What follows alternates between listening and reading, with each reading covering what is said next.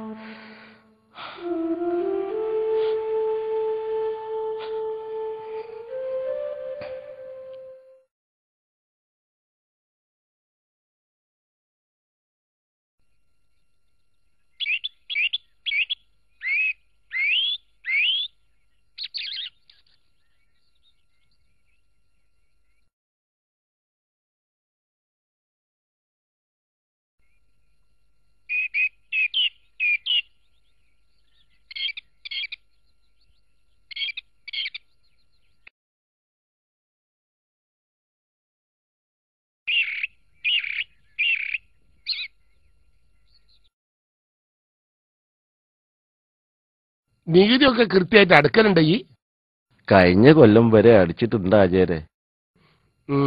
അപ്പഴേ ഇക്കൊല്ലത്തും കൂടി വേഗം അടക്കണം. എന്നാ ഞാൻ പോവാ.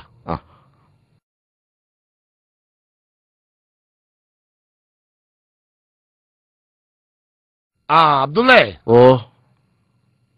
ഈ കച്ചവടത്തിൽ ബ്രോക്കർമാരില്ലാത്തോണ്ട് ഞാനൊരു വില പറഞ്ഞ് ഈ അത് സമ്മതിക്കുകയും ചെയ്ത്.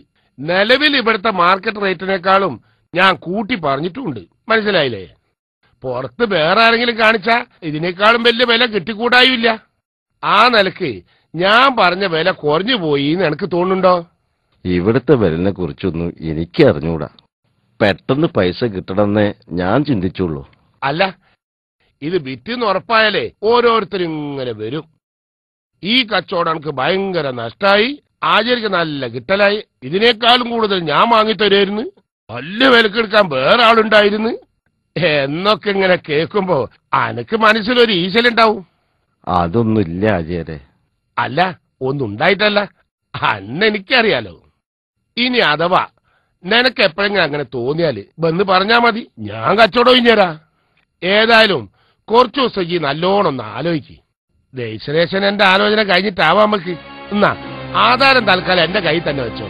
ആചാര്യ, ഈ സമയത്ത് നിങ്ങൾ അങ്ങനെ പറയുന്നത് പെട്ടെന്ന് പൈസന്റെ ആവശ്യം വന്നതുകൊണ്ടാ. ഈ പറഞ്ഞ 1.5 ലക്ഷം ഞാൻ നാളെ തന്നെ തരുടോ. രജിസ്ട്രേഷൻ മാത്രമേ നീട്ടി വെക്കണുള്ളൂ. ഞാൻ നേരത്തെ പറഞ്ഞൊക്കെ എന്നൊന്ന് പേടിപ്പിക്കാനാണോ? റൌഫ് അക്കരെ പോയി രക്ഷപ്പെടട്ടെ. എന്നാ പേടിക്കണോ? അബ്ദുറഹ്മാനെ വന്നാ.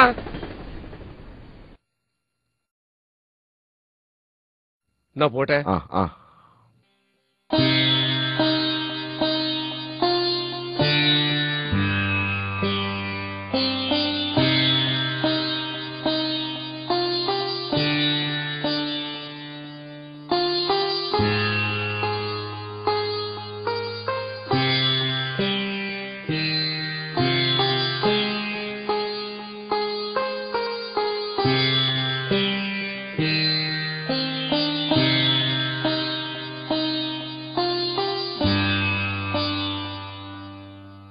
ഈ ഇമ്മാന്റെ കരച്ചിൽ കേട്ടാ തോന്നും ഇവിടെ ആരോ മരിച്ചിട്ടുണ്ടെന്ന്. ഉമ്മ 6 മാസം കൂടി നമുക്ക് ഇവിടെ തന്നെ നിക്കാ. അതിന്റെ ഉള്ളില് ഒരു 10-20 സെന്റ് സ്ഥലം വാങ്ങി ഒരു വീടിന്റെ തറയെങ്കിലും ഞാനതിൽ കെട്ടും ഇൻഷാ അല്ലാഹ്. അല്ലെങ്കിലും ഈ വീട് എന്നോ പൊളിച്ചു കളയാനായിട്ടുണ്ട്. ഉമ്മാനെയും ഉപ്പാനെയും നല്ലൊരു വീട്ടിൽ താമസിപ്പിക്കാന്നുള്ളത് കുറെ കാലമായിട്ടുള്ള എന്റെ ഒരു സ്വപ്ന. അതിനും കൂടി വേണ്ടിയിട്ടാ ഞാൻ ദുബായിക്ക് പോണത്. ഗൾഫിലെത്തി നല്ലൊരു പണി കിട്ടിക്കഴിഞ്ഞാല് ഇതൊന്നും വലിയ പ്രശ്നമുള്ള കാര്യമില്ലമ്മ.